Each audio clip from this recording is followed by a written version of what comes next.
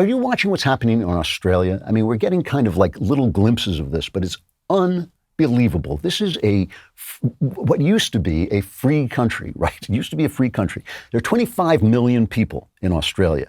You know how many have died of COVID? 1,100. 1,100 people have died of COVID, okay? 1,100 people have died of the Chinese flu or the Wu flu or whatever you want to call it, the flu Manchu. And 35% of Australians are vaccinated. So basically, and they have locked down the country so badly that some places they have been in lockdown 200 days out of 2 years. 200 days out of 2 years. And the saddest part of the story is that the people support the government. It's like 62% of the people agree with the government. So they didn't get them vaccinated. They've locked them down. They think they're going to get rid of COVID. And only now with this Delta variant are they admitting, oh, we're not going to get rid of COVID. There's no such thing as no COVID. So they've just totally screwed up. This is rank, stupid incompetence. Why? Because they thought they were going to control the world from the top down, and they just can't do it. Nobody can stop a virus. You know, that's why they call them viruses. They go viral. That's why they call them that. Nobody can do it. So they screw up. Listen, here's the news from Australia. This is clip 9. Listen, they're now putting like it's the Black Death. They're now putting signs on people's doorway, quarantine, stay away from this person if they're sick. And listen to the way they report it, like it's a good thing. 9 News can reveal COVID-19 quarantine signs must now be placed on the front doors of homes in South Australia where returned travellers are isolating for 2 weeks.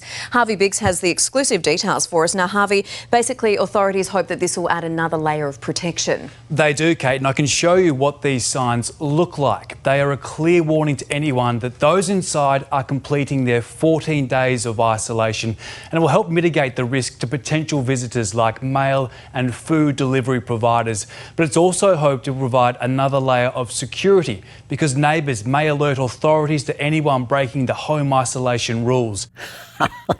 It's like, they hunt you down here. They've been shooting people with rubber bullets if they protest. They've been beating children. They've been arresting people and throwing them in jail if they go outside. The idea was they're an island, so they're going to shut this down. They're going to have zero COVID. And only now have they admitted they're wrong. Their incompetence has come, but will they leave off the power? No, they're literally talking about, this is from the Breitbart side, I should mention, they're literally talking about building camps to quarantine people. This is a government with 62% approval. And here's the Premier of Queensland Province.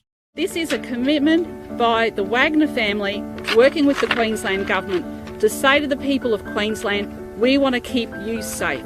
And the best way to keep you safe and to keep Delta out of Queensland is to build as quickly as possible a regional quarantine facility. I have listened to Queenslanders.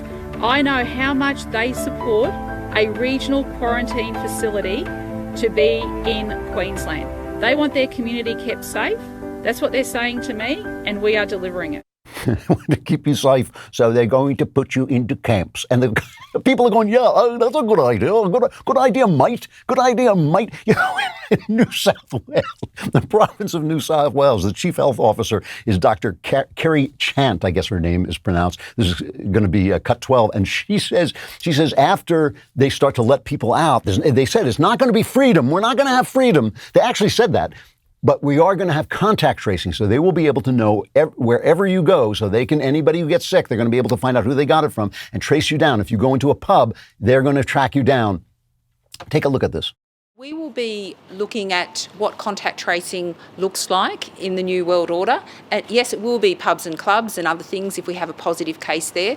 Our response may be different if we know that people are fully vaccinated. So we're working through a number of those issues, but we will have to reflect and learn. She says New World Order. It says, is this going to be in the New World Order? And of course, people go nuts. The clip has already had over 1 million views. Again, this is reading from Dellingpole's column over at Breitbart.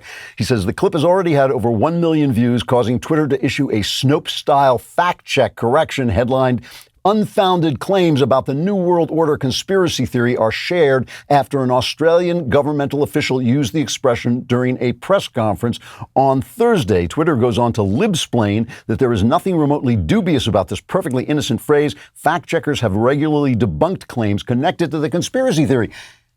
They say it, this thing where they have the great reset. They say we want to have a great reset where we on the top direct where taxes go, and so they can be to our shared goals.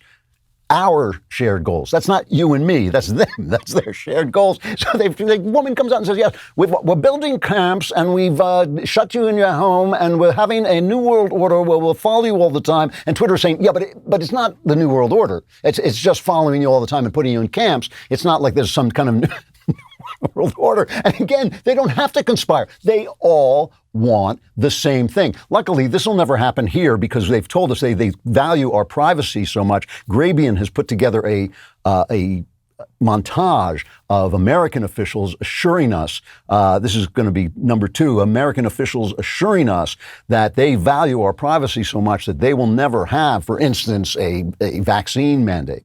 We cannot require someone to be vaccinated. That's just not what we can do. Needless to say, the right of women to make decisions about their own bodies is not negotiable. No, definitely not. You don't want to mandate and try and force anyone to take a vaccine. We've never done that. Our interest is very simple from the federal government, which is Americans' privacy and rights should be protected. It is a matter of privacy to know who is or who isn't. We don't want to be mandating from the federal government to the general population. It would be unenforceable and not appropriate. Perhaps the federal government should step in and issue mandates, and if not, are you putting the needs of unvaccinated people ahead of the needs of vaccinated people? Well, I think the question here, one, that's not the role of the federal government. No, I don't think it should be mandatory. I wouldn't demand it be mandatory. First, we must increase vaccinations among the unvaccinated with new vaccination requirements. That last one, until that last one, they had me fooled. You know, that last one, I was going, whoo, good thing the New World Order isn't coming to America, might. Good thing the New World Order, we're not going to be in camps here, might. If you enjoyed this video, please like and subscribe. It helps us out, and it means you get more stuff like this.